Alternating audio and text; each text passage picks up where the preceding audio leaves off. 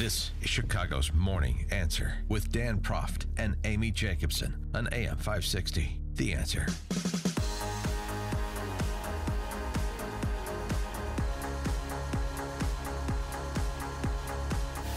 Good morning, Dan and Amy, and the implications, real-world implications of the sentimental barbarism of the left. I know this has not been in the news as much recently with respect to President Trump and sort of been subordinated to conversations about Russia and other matters. The administration on its heels with respect to the family separation policy. But border security, an issue that Republicans, again, are inclined to kick until after the midterm election. They're making a mistake.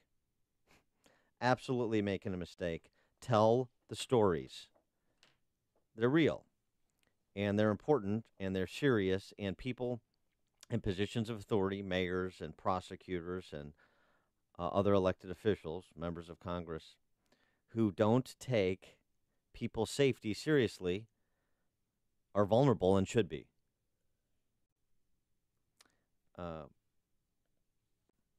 City of Philadelphia, Dateline.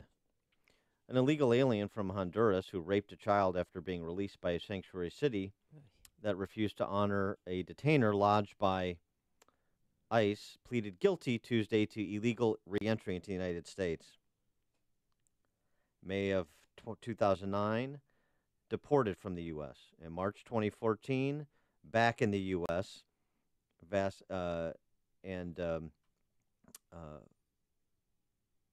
committed the rape of a minor child.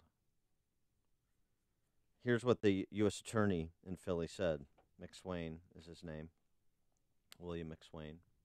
Those of us in the law enforcement business should be doing everything in our power to protect vulnerable children from predators like Vasquez, the Honduran. Instead, this defendant received a free pass from the city of Philadelphia and its Department of Prisons, headed straight back into our community, committed a heinous crime he would never have had the chance to commit if the city of Philadelphia complied with the ICE detainer. In the sanctuary state of Illinois, we're discussing this. Advanced by Republican governor. Miami. An illegal alien from Honduras recently arrested, charged with the murder of two women.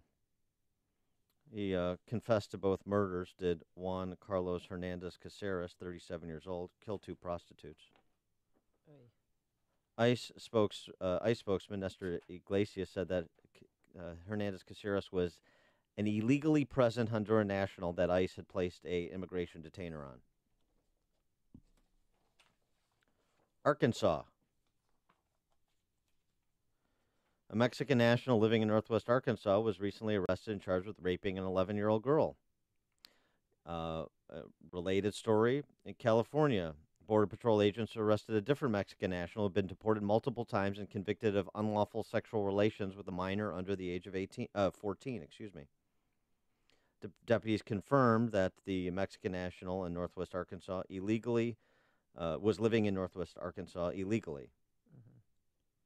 The Mexican national in California illegally crossed into the border for the second time this year, the one with the criminal record that included the statutory rape as well as peddling drugs. And then we have Taos, New Mexico, where this compound was allowed to form somehow. 3 what police call radicalized Muslims, 2 men, 3 women, had 11 children in this compound, and apparently they were training them for school shootings. There was a shooting range built on the west side of the property. And when police arrived, they found a number of rifles, semi-automatic weapons, just a cache, I should say, of weapons and ammo. And the children told police that, yes, we did target practice to train for mass shootings. They're Islamists. They're Islamists. Yeah. They're Islamists. Yeah. Right. The principal who was arrested is the son of a prominent Brooklyn-based imam. Oh. And the reason why the police were drawn to that compound is because they were following a 3-year-old boy who was reported missing from Georgia in December, and the dad is in charge of that compound. So we talked about the advance of the 2016 election, that in part it was going to be a law and order election because of Trump's opposition to sanctuary cities and sanctuary states and sanctuary policies, because of the unwillingness of the left to confront the threat of Islamofascism. Maybe 2018 should be at least in part a law and order election as well. For more on this topic, we're pleased to be joined by Dr. Zuhdi Jasser, the president of the American Islamic Forum for Democracy, co-founder of the Muslim Reform Movement, a former United States Navy lieutenant commander, and author of the book, A Battle for the Soul of Islam. Dr. Jasser, thanks for joining us again. Appreciate it. Oh, it's great to be with you. Thanks for having me. What about the story that Amy was recounting about this compound in New Mexico? This guy, again, the principal who was training these children to be killers, his father is also a cleric with apparently close ties to groups like the Islamic Circle of North America, the Muslim American Society's CARE, and was an unindicted co-conspirator in the 1993 World Trade Center bombing. Well, I'm so glad you're covering this, and I can't believe the regular media is not covering this more. No, not at all. Again, and it's amazing. His father, Siraj Wahaj, and the person who was found at this compound, the father who was the imam's the grandfather, his son, Siraj Wahaj Jr., is the one who was sort of leading the separatist, horrific treatment of these children. It turns out they're being trained for shooting and perhaps committing acts of terror in schools and things like that. And, listen, no one's saying that the imam from New York, Siraj Wahaj Sr., necessarily planned or was connected. But what we're missing, in my book, as you mentioned, A Battle for the Soul of Islam, there's 3 pages from page 84 to page 88 in which I talk about an imam. When I went to the only meeting of the Islamic Society of North America that I went to, I got there and I saw at the keynote address was this Siraj Wahaj Sr. He holds up the Quran and says that it is our goal as American Muslims to change the Constitution from this man-made faulty document that makes this country into a secular hedonistic country, to make it into a religious state, an Islamic state, and replace this Constitution with a God-given document, the Quran. I then was horrified. They had an opportunity for people to go to the microphone. I went to the microphone. I said, I don't know if you guys understand what sedition is, but what you just witnessed from Mr. Siraj Wahaj was an act of sedition. You're free to disagree with American politics and policy, but not to talk about wholesale change of the Constitution. And that was in 95 in front of 15,000 people. ISNA is the largest Muslim organization in America. A lot of the mosques across the country participate. Their deeds are controlled by that organization. And yet, 25 years later, he's still involved in boards of advisors. He still speaks regularly. Linda Sarsour identified him at a large gathering in Washington as her primary mentor and asked him to stand up. So he is a mainstream activist. And to say that his separatism was not a gateway drug for the radicalization of his son is just absurd. And it's a story that nobody's covering. We talk about so many pathways when we talk about guns and other things because it's politically correct for the left to do that. And yet when you talk about Muslim radicalization from someone who is beyond mainstream, this is a leading fundraiser for the Muslim community in many organizations. And all he does is he posted in Facebook in January that my son has disappeared. I don't know where he is. Please find him. And now he's saying, oh, thank God he's been found, etc. And yet it's like the alcoholic father who's wondering why his kid is strung out on heroin and cocaine and he can't figure it out. I mean, we had those 13 kids tied up and deprived food, and everybody knows about that story. And then there's 11 children. We don't know their ages, but they were malnourished. Some were very ill. They were living in squalor, just horrific conditions if you watch the reports. But no one is talking about this. But the bigger question, do you think there might be other compounds like this in the U.S.? There have been discussed. This is a known story, which is Jamaat al-Fuqra, and it's called the Muslims of America compounds that the Clarion Project and Ryan Morrow has talked about frequently. And when he does, he's called an Islamophobe, and these are just sort of wacky groups. And yet, even with that, they have had connections to political candidates and other things. So this compound seems to be in that same type of scenario, and those Jamaat al-Fuqara compounds, by the way, are run by an imam from Pakistan by the name of Imam Julani. There's some connections, I believe, with this compound in New Mexico and those compounds. So we're still trying to get all the facts on them, but this is not a unique story. Now, again, most of the Muslim community, even the Islamist groups that are nonviolent, don't live in such a deep separatist way.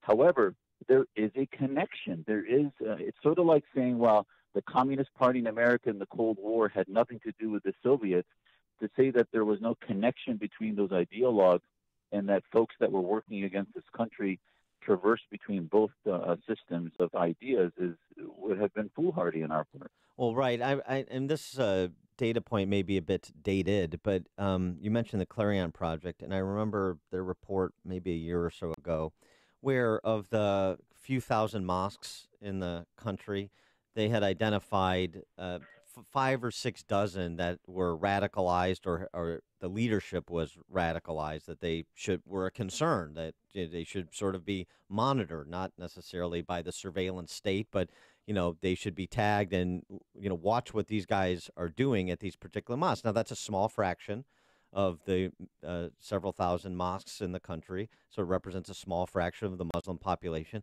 But I just don't understand why we can't have a sensible conversation about obvious red flags and have the response be proportional. I'm not talking about the Muslims in America. I'm talking about these specific entities, organizations, and leaders. And listen, if you're going to protect our country, you don't just do a whack-a-mole program and deal with the violent terrorists when they come up, and sometimes we miss them, and sometimes we're lucky and our agents find them hours, if not a few days, before they commit the act. But if it's the Boston bombers that were connected to the large mosque, connected to the Brotherhood and Imam Qardawi out of Qatar, or if it's Imam Awlaki, who, by the way, was radicalized himself through the Muslim Student Association and then went to some mosques, and he himself became a radicalizer and became an enemy of this country. So this common pathway, how many times do we need to see it before we start to have a conversation and to say, and I testified to the U.S. Congress just 3 weeks ago to Chairman DeSantis about why the Muslim Brotherhood should be declared a foreign terrorist organization. And look at the Holy Land Foundation trial in 2007. We were able to shut down a charity, not calling it a terror group, but saying, you know what, it was funding a terror group of Hamas. Because Hamas is labeled a terror group, we were able to shut down a significant stream of financing that was radicalizing Muslims here. And yet our country, founded on fighting theocracy, can't seem to articulate that Muslim theocrats are our enemy, and Muslims who are secular and anti-theocratic are our friends and our allies. It's just beyond bizarre. Which category does this soon-to-be first Muslim American female congresswoman from Michigan, who won the Democrat primary on Tuesday, which category does she fit in? Is she another Keith Ellison? She is another Keith Ellison. There, it is a sad day in America that she's now the Democratic Party nominee, and not one question has been asked of her position on Islamic State concepts, of foreign policy and working with governments like when the Muslim Brotherhood is running Egypt. What is her position on working with CARE? She has just a few months ago identified Islamic Relief as she stood next to the head of Islamic Relief and said this is where, in talking about Flint and other things, saying this is where money should go to help water not only in America and Flint, Michigan, but in Gaza and elsewhere. So the Islamic Relief, the Middle East Forum has a huge report about their connections to Al-Qaeda, the Muslim Brotherhood, and other radical groups. So the one good point about Ms. Tlaib becoming the candidate is for 50 years, Conyers owned that seat. It was never challenged. Mm-hmm. And he was a shill for the Islamists in the Detroit area, and nobody challenged him because he said he was doing it under the cover of being pro-Muslim. Well, now at least it's no longer a cover. We have a Muslim there who is probably an Islamist. She hasn't been vetted ideologically, but at least it's no longer going to be sort of a shill. It's going to be an actual Islamist in the seat, and it won't be deceptive. I wanted to go to the global stage for a minute and just get your take as the Trump administration seems to be in the process of engaging the Taliban for some sort of deal to provide, I think, political cover to withdraw the 15,000 troops that remain. 17 years in, the prospect of the Taliban reasserting control of Afghanistan. What are the implications if that's what comes to pass in terms of the larger war against Islamic theocrats? Well, this has been one of the key issues that I've been concerned about is unless we have a global strategy, a doctrine in which we say Islamism is the problem, moderate secular Muslims are the solution, we're going to continue to be confused when our military, especially on the ground, end up working with folks that don't want war but just want some peace. So this is where the conflict happens is, listen, I was in the Navy, and I get it. I served on Somalia. We worked with some pretty bad folks there trying to avoid military conflict between the tribes in the region. It's not like we were pro-tribal warlords, but we just didn't want them to kill each other, and it was better for them not to fight. Mm-hmm. So on the one hand, I get it when our military in Afghanistan says, and we shouldn't use the word moderate Taliban. There is no such a thing. That's an oxymoron. But there may be some on the ground that don't want to fight and simply want to create a peaceful coexistence, if you will, whatever that is. The problem is we've not had a strategy with the Afghanistan government to clean out the area, to have an ideological approach, which is counter-Islamist.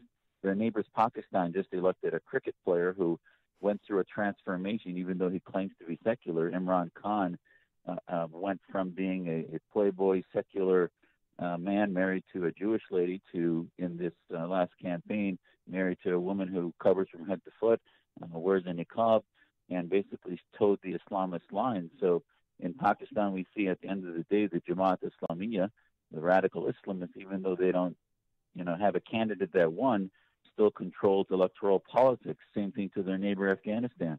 The Taliban has a huge influence on electoral politics, and unless we help revolutionaries like we're doing in Iran, you are not going to see significant change. He is Dr. Zuhdi Jasser, medical doctor, as he mentioned, served our country in the U.S. Navy as a lieutenant commander, president of the American Islamic Forum for Democracy, the book, A Battle for the Soul of Islam. Dr. Jasser, thanks for joining us. Appreciate it. Thanks for having me, Dan. And he joined us on our turnkey.pro answer line.